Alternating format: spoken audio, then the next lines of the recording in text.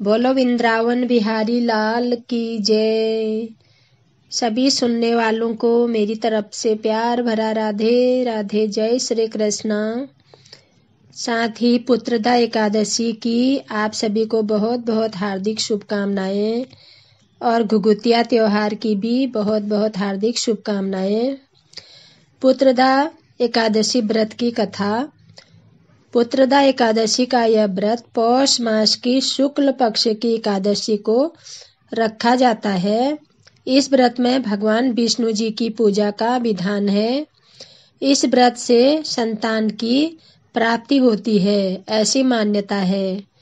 हमारे शास्त्रों में बताया गया है पूरे साल में 24 एकादशी आती हैं। हर महीने में 2 एकादशी आती हैं और सभी एकादशियों का अपना अपना विशेष महत्व है।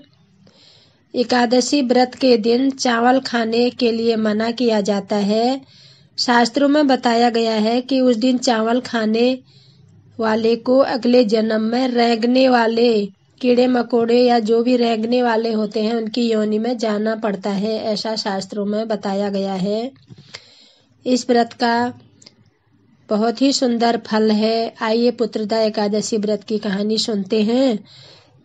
एक बार की बात है, भद्रावती नगर में राजा सुकेतु नाम के राजा राज्य करते थे। उनकी पत्नी का नाम सभ्या था।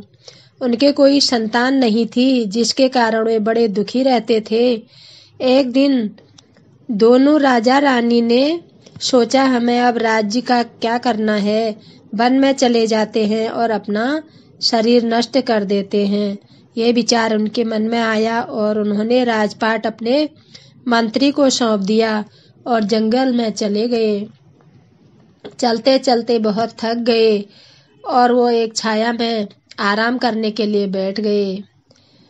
थोड़ी देर के बाद उनके मन में विचार आया, आत्महत्या करना तो बहुत बड़ा पाप है, इससे हमें कुछ फायदा नहीं होगा, कुछ और उपाय सोचते हैं। इतने में उन्हें वेद पाठ के कुछ स्वर सुनाई पड़े।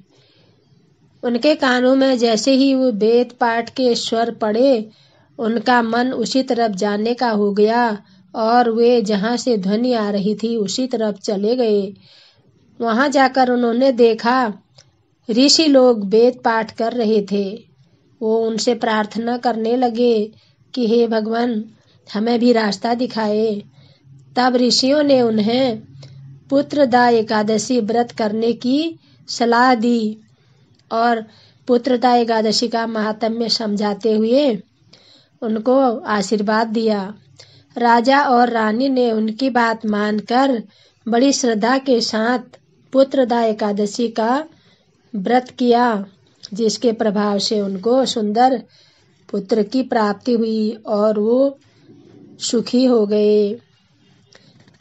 इसी प्रकार से जो भी पुत्रदा एकादशी का व्रत करते हैं उनको जरूर पुत्र की प्राप्ति होती है, ऐसा हमारे शास्त्रों में बताया गया है।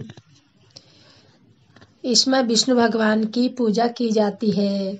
ओम नमो भगवते वासुदेवाय।